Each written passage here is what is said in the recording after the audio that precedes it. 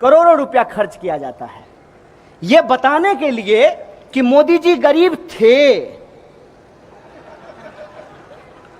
करोड़ों रुपया खर्च किया जाता है कि मोदी जी गरीब थे। ए देश के गरीबों, मोदी जी गरीब थे, तुम गरीब हो और वो तुम्हारे पैसे से ही तुमको बता रहे हैं कि वो गरीब थे। इस दुष्प्रचार का शिकार मत बनिए, सच से सवाल कीजिए। मोदी जी अगर गरीब थे तो गरीबों के प्रति उनको यदि संवेदना है, अगर वो चाय बेचते थे, यदि उनकी मां मजदूरन थी, तो आज जो मजदूर हैं, आज जो चाय बेचने वाले हैं, आज जो देश के गरीब हैं, उनके लिए आपने क्या किया है? मैं यह पूछना चाहता हूं कि जब आप सरकारी स्कूल कॉलेज के बजट को खत्म कर देते हैं तो किसका बच्चा नहीं पढ़ता है?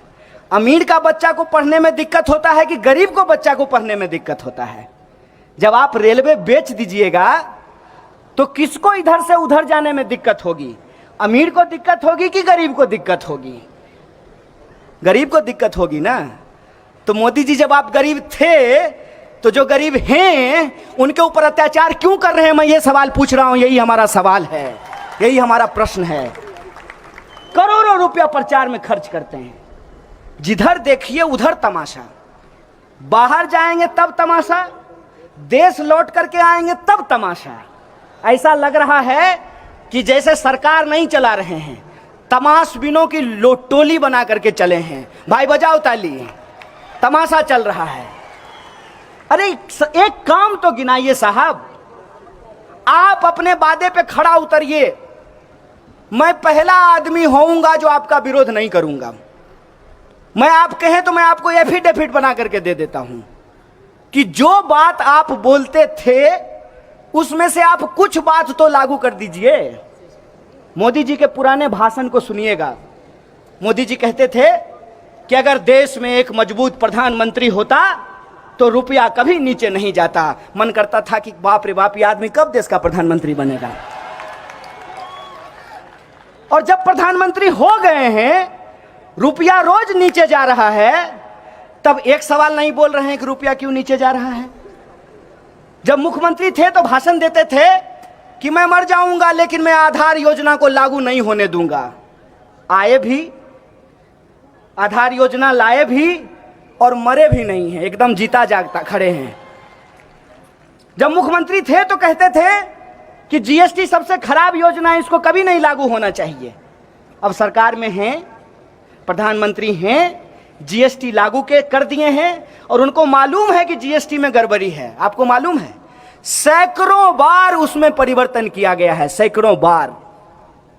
सरकार खुद बजट लेकर के आती है और कहती है कि कॉर्पोरेट टैक्स लगाने से देश को फायदा होगा, इसीलिए हमने कॉर्पोरेट टैक्स लगाया है। और जब मंदी आती है तो चुपचाप जो फिनेंस मिनिस्टर हैं चुपचाप कॉर्पोरेट टैक्स को घटा देते हैं, देश को पता नहीं चलता है। अरे अपनी बात पे तो टिके रहते।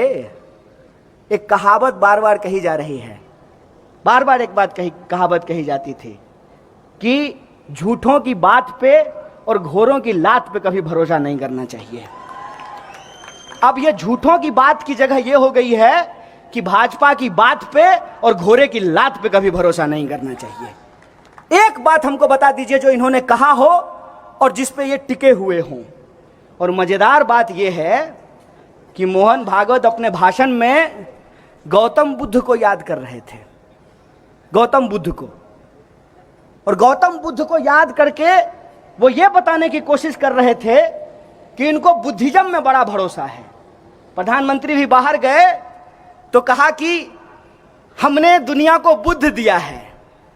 देश में आए, कहे घर में घुस के मारेंगे। बताइए, सुनते हैं कि नहीं? ये भाषा सुनते हैं कि नहीं? घर में घुस के मारेंगे।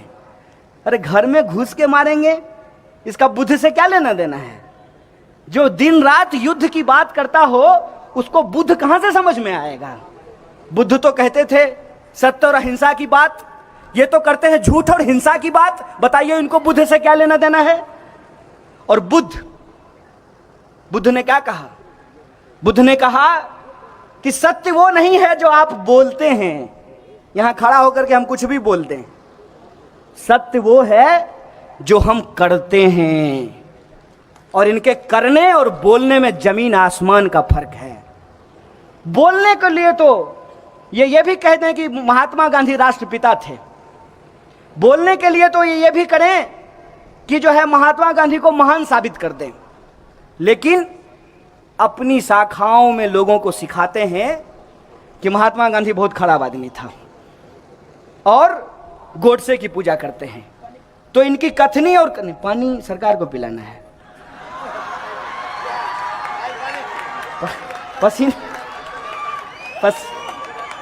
मेहनत कस का पसीना है, टेंशन मत लीजिए।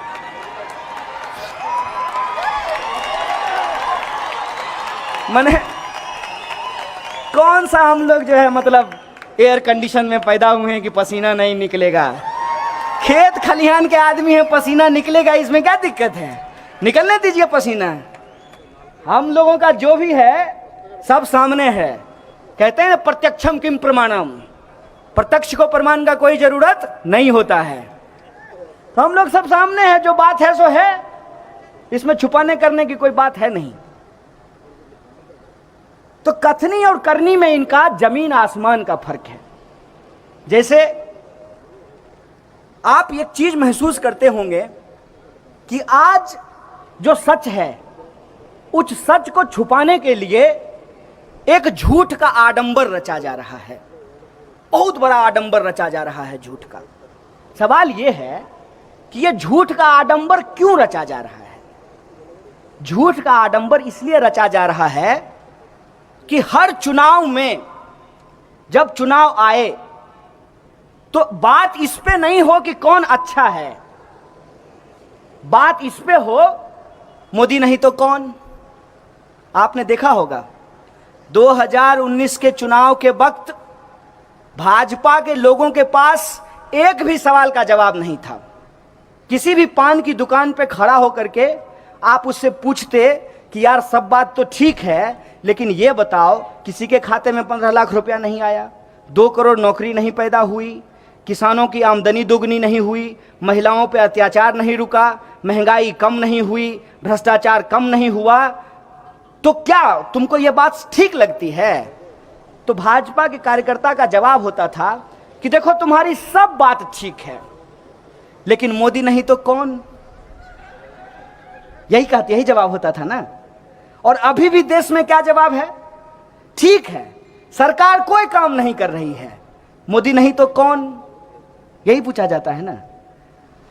ये अपने आप तैयार नहीं हुआ है, इसको तैयार करने के लिए पैसा खर्च किया गया है, इन्वेस्टमेंट हुआ है। और इन्वेस्टमेंट कैसे होता है ये मैं बताता हूं। सिनेमा आप लोग देखते होंगे हैं? सपोज कीजिए कि मेरे बाप के पास बहुत पैसा हो और हमको शौक हो हीरो होने का, तो मेरा बाप क्या करेगा? मेरा बाप किसी डायरेक्टर को पकड़ेगा, है सुनो एगो कहानी लिखवा के लाओ, मेरा बेटा हीरो होगा। हैं? हमको तो आप देख ही रहे हैं 5 फुट 5 इंच हैं? तो हीरो जैसा हाइट तो मेरा है नहीं, लेकिन हमको हीरो होना है। तो हम हीरो कैसे होंगे? तो हम 4 फुट 5 इंच का आदमी खोज करके लाएंगे, तब न उसके सामने हम लंबा दिखेंगे। इस बात को समझ रहे हैं कि नहीं? कोई भी आप हिंदी सिनेमा का गाना देखिएगा, हीरोइन जैसी हो उससे ज्यादा खोज करके महिला को लाया जाता है। खराब मैं नहीं बोल रहा हूं, मैं खराब किसी को नहीं मानता हूं, लेकिन उससे तुलना में देखने में वो अच्छी ना लगे, और थोड़ा उसमें मेकअप, पाउडर, लिपस्टिक ये सब भी लगाया जाता है। और वो बेचारी अपना पीछे में ऐसे ऐसे कर रही है, तो सारे दर्शक का नजर किस पे रहता है? हीरो पे नहीं, हीरोइन पे नजर रहता है। अब पीछे में जो 20-25 को नाच रहा है उसको कोई नहीं देखता है, उसको 200 रुपया दे करके बुला लिया, उसको कोई नहीं देख रहा है। अब टीवी पे अगर दिन रात आपको मोदी मोदी चलेगा तो आपके दिमाग में क्या लगेगा? आपको लगेगा कि इसके अलावा तो हिंदुस्तान में कोई है ही नहीं, यही हीरो है, यही है मेरा जूता है जापानी। इसी को प्रधानमंत्री चुनना चाहिए। यही हो रहा है कि नहीं हो रहा है? आपके साथ यही हो रहा है ना। अब दिन रात टीवी पे होगा मोदी मोदी, भोरे गुड मॉर्निंग फैमिली के व्हाट्सएप ग्रुप में मोदी, और शाम को जो है गुड नाइट ससुराल के व्हाट्सएप ग्रुप में मोदी, पेट्रोल पंप पे मोदी, टीवी पे मोदी, पान दुकान पे मोदी, ऑफिस में मोदी। तो आपका दिमाग अपने आप कहने लगेगा मोदी मोदी मोदी। सिनेमा देखते हैं ना आप, इस प्रयोग को जाकर के कीजिएगा आज अपने घर में कि एक गाना चलाइएगा और देखिएगा कि हीरो के पीछे में 50 गो लौंडा नाच रहा है, एकदम बढ़िया कमर हिला रहा है। हो सकता है कि हीरो से ज्यादा अच्छा डांस कर रहा हो। कौन देखता है उसको? क्योंकि हीरो को इस तरीके से प्रोजेक्ट किया जाता है। ये जो सामने में कैमरा पे काम कर रहे हैं, ये लोग बहुत वैज्ञानिक लोग हैं, इनको बहुत नॉलेज है। आपको बता देंगे कि कैसे जो है पीछे बैठे हुए सब आदमी को ब्लर कर देंगे और मेरा ही मुंह रहेगा। तो आपको अगर यह लग रहा है कि आप प्रधानमंत्री चुन रहे हैं, ऐसा बिल्कुल भी नहीं है। आपसे यह सवाल किया गया है, क्वेश्चन भी सेट है और आंसर भी सेट है। देश का प्रधानमंत्री कौन होना चाहिए? ए नरेंद्र मोदी, बी जो भाजपा का सबसे अच्छा नेता हो, सी जिसको आरएसएस बहुत प्यार करता हो, डी जो पूंजीपतियों का दुलारा हो, और ई उपरोक्त सभी। तो आपके पास ऑप्शन ही एक है। और आप हमको बताइए कि ये हिंदुस्तान है, कश्मीर से लेकर के कन्याकुमारी तक जब आप चलेंगे ना, तो इतनी भाषाएं हैं जितना आपका उम्र नहीं होगा। कितना उम्र होगा ज्यादा से ज्यादा आपका? 30 साल 35 साल है। हजारों भाषाएं हैं हिंदुस्तान में, हजारों भाषाएं, हजारों संस्कृति हैं, हजारों बोलियां हैं और हजारों साल का इतिहास जिस देश के पास हो, उस देश में अगर यह कहा जाता है मोदी नहीं तो कौन, यह शर्म की बात है। इस बात को आप अपने दिमाग में डाल लीजिए। 135 करोड़ का देश है और इस देश में हमारे पास विकल्प नहीं है। विकल्प है, लेकिन हमको विकल्प देखने नहीं दिया जाता है। बार बार हमारे सामने एक ऐसा विकल्प रखा जाता है कि हम अपने आप उस विकल्प की तरफ चले जाएं जिस विकल्प की तरफ हमको भेजने का प्रयास किया जा रहा है। जैसे ठंडा मतलब कोका कोला होता है ठंडा मतलब है। नारियल पानी नहीं होता है, लस्सी, सत्तू, दही, ये सब ठंडा नहीं होता है। मिश्री सब ठंडा होता है कि नहीं होता है? तो कोका कोला कैसे ठंडा मतलब हो गया?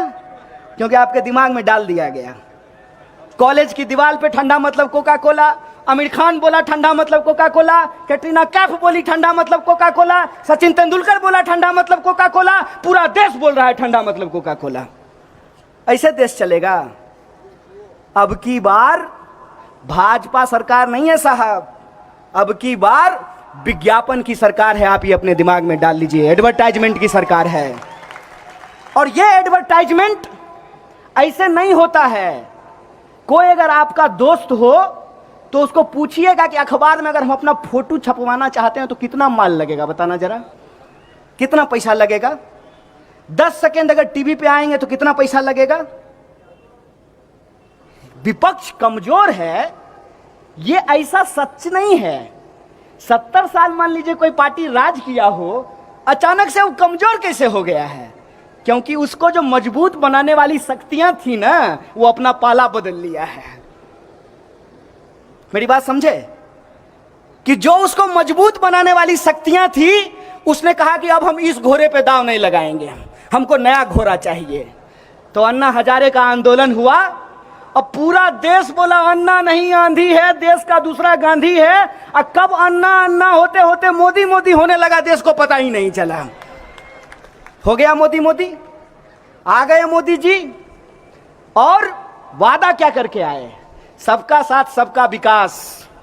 अल्ले दनादन जो है लोगों को कभी मांस के नाम पे, कभी मंदिर के नाम पे, कभी मस्जिद के नाम पे उनकी हत्याएं होनी शुरू हो गई। विकास तो गया तेल लेने के लिए, इकॉनमी नीचे चली गई है, लगातार कंपनियां बंद हो रही हैं।